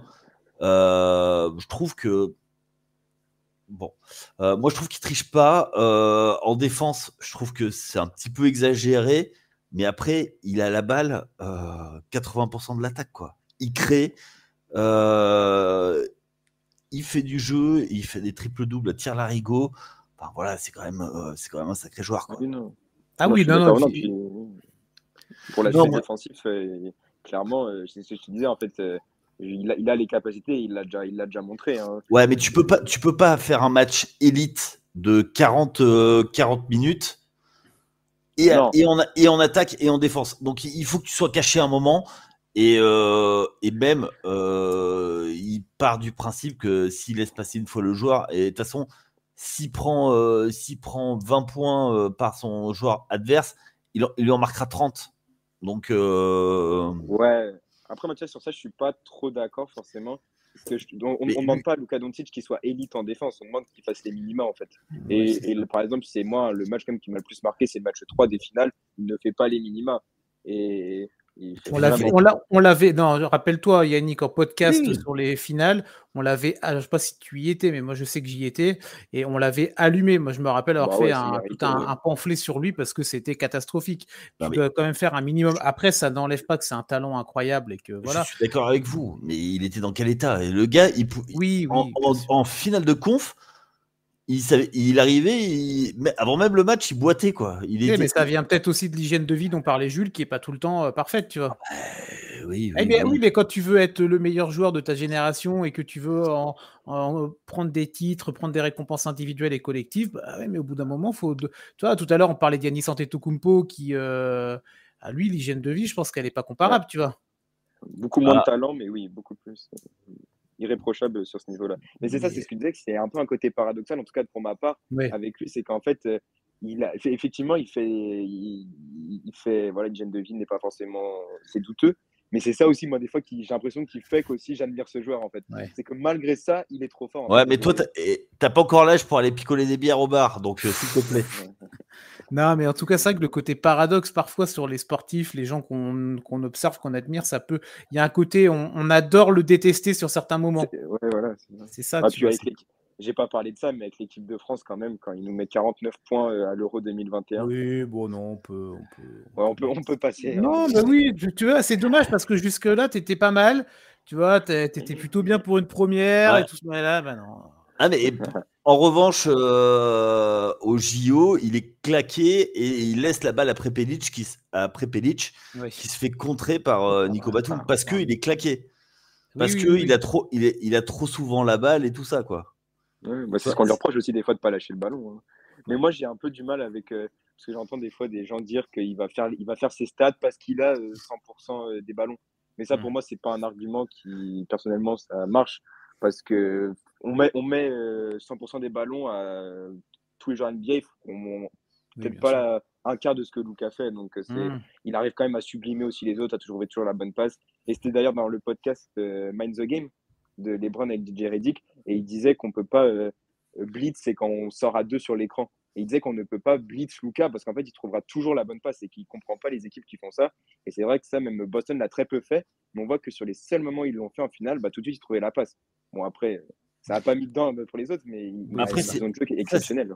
c'est les stratégies de coach. Mais après, tu peux faire beaucoup de choses, notamment sur le pick and roll. Ouais. Hmm. Oui. Ok, bon bah Luka Doncic, du coup, un Slovène, numéro 1 de ton top 5 des joueurs internationaux.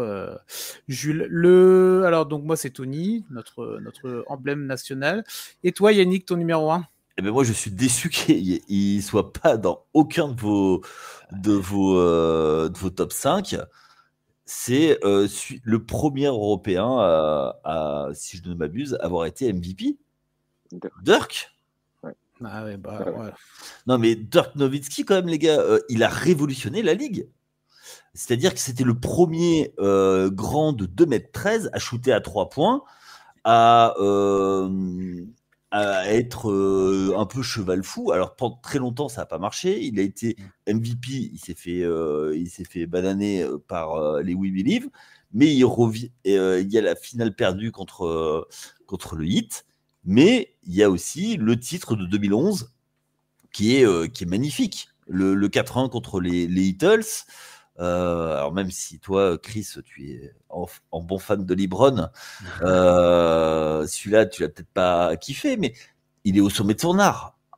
Il est vraiment au sommet de son art. Et c'est le fadeaway sur un pied, en tête de raquette, sur les côtés. C'est un joueur avec une adresse mais fabuleuse. Et je pense que si aujourd'hui ça shoot autant en NBA et de tous les côtés, je pense que ça vient beaucoup de lui en fait. Ok, ok. Ah, c'est un vrai emblème. Il y a quand même 2 joueurs de Dallas à la première place, donc ton classement Yannick et ton classement Jules, hein. Donc les fans Ouais. des Mavericks là, ils doivent être ravis. Moi, j'avoue que j'ai noté Dirk sur la fiche parce qu'il fallait le noter, mais j'ai jamais vraiment accroché ou compris, je sais pas, mais je suis jamais rentré dans le train de la légende Dirk, tu vois. C'est peut-être aussi l'équipe. J'ai jamais eu d'accroche particulière avec cette équipe de Dallas. Je sais pas.